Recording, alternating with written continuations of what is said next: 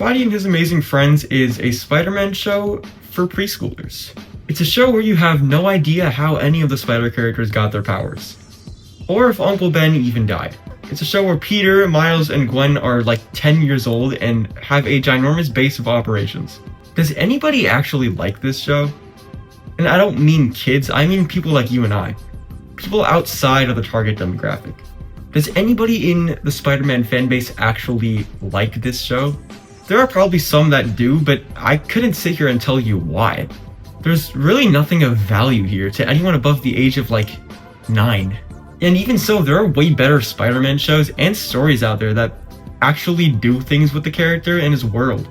Honestly, I think kids deserve better than Villain of the Week Spider-Man show, but now it's also Teletubbies. Now, I don't hate this series, I want to make that clear. I watched most of it with my little sister, who really seemed to enjoy it, and as a result, she's been kind of into Spider-Man lately. So, is that what this is? Is this show less of a genuine piece of media and more of a gateway? Honestly, I don't know. When I was a kid, I had the 90s show.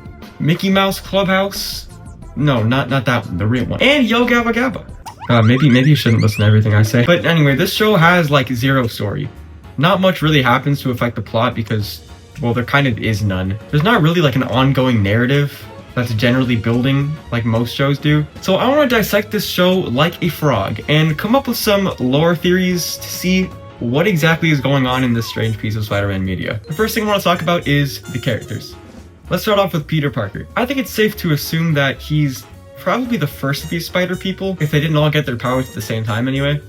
He does look slightly older than Gwen and especially Miles, so let's say he's about 11. He lives with Aunt May and her cat, which is a very nice reference to the original Spider-Man and His Amazing Friends show. I loved that show as a kid. Aunt May looks like 25 though. I mean, it's just like the MCU version.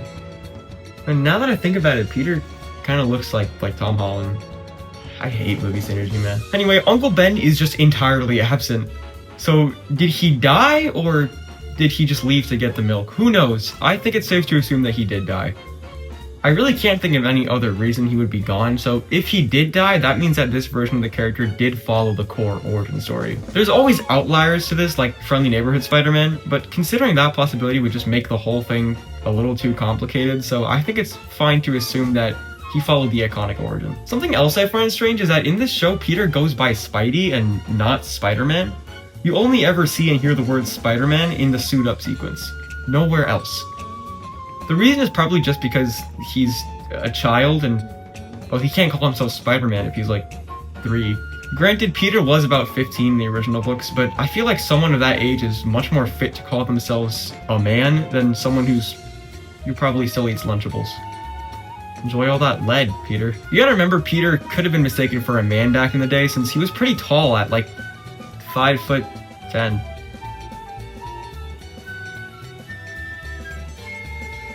What? So how did he get his costume? Well, all of their suits are kind of high-tech, so they definitely didn't make them. There's no way they could have made them. But I do have an explanation coming a little bit later that will explain this, hopefully. But first I want to talk about Miles. In this show, Miles is probably like 8 years old, and he is not called Spider-Man. I mean, it's pretty dumb. Anywhere else I would have like crashed out, but you gotta remember this show is for very young children, and I guess maybe they thought kids would get like confused, so they named him Spin. I mean, kids aren't stupid. I understood the difference when I was younger. One of them's black and one of them's not. The suits! I meant the suits! Anyone who actually cares about Spider-Man knows that Miles is still Spider-Man. So at this point, it doesn't really bother me, but maybe I'm wrong. Maybe this version of Miles isn't Spider-Man. Well, by definition, he is just because of his power set, but think about it. Did he really earn that title? I don't think so. I mean, Peter's obviously still alive, so there's no passing of the torch or taking up of the mantle. In fact, Peter doesn't even go by Spider-Man in this show, so maybe there is no Spider-Man mantle to begin with. Both of Miles' parents are still around, so it's not likely he had to make a lot of sacrifices to get here. They all seem like their lives are great, actually. So what really happened? Well, maybe they all got bit by the same spider? But that doesn't explain Miles' invisibility and electricity. Okay, so let's assume that there were 3 spiders that bit Peter, Miles, and Gwen. That's already a bit of a stretch, but it's still possible. Gwen in this show actually is pretty strange. I would say she's like 10. Her father is totally absent, so maybe he either just left or died, but her mom is actually a detective. Or maybe she's a police captain, I don't quite remember. But that means she's replacing George. Apparently Gwen has the power to glide. I don't understand why they keep doing this with her. It's not something that's unique to her character at all. In the 2017 show, all she did was flare out her jacket. That's not gliding. Like, why? Anyway, her costume looks good. Her hair is pink for some reason. Speaking of their costumes, I think they were made by Tony Stark, who the kids were shown to have a pretty good relationship with. Why he's almost as small as them, I have no idea. Is he even an adult? Well, I mean, he has a beard, so I don't know, man. But anyway, it makes a lot of sense that he would fund their tech and create their base, seeing how much knowledge he has in technology, as well as the money necessary for this type of thing. There are other characters in this show too, like Hulk, who isn't really done justice, Ben Grimm, who's just fine, and then we have villains like Green Goblin. So if this is Norman, that means Oscorp definitely exists. But I actually think it's not. This goblin has to be Harry. He looks like a kid, and kinda sounds like one too. So if he's the same age as the other Spider characters, he has to be Harry.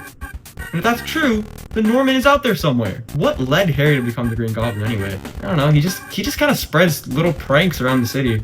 He's not really harming anybody for the most part. He doesn't even have bombs. Maybe he got like bullied at the playground or something. I don't know. There is more to this show, but my sister stopped watching it when they turn into dinosaurs, which means I stopped watching it too. I couldn't honestly sit here and tell you how that works. But anyway, I tried my best to come up with some lore based off what little there actually is in this show.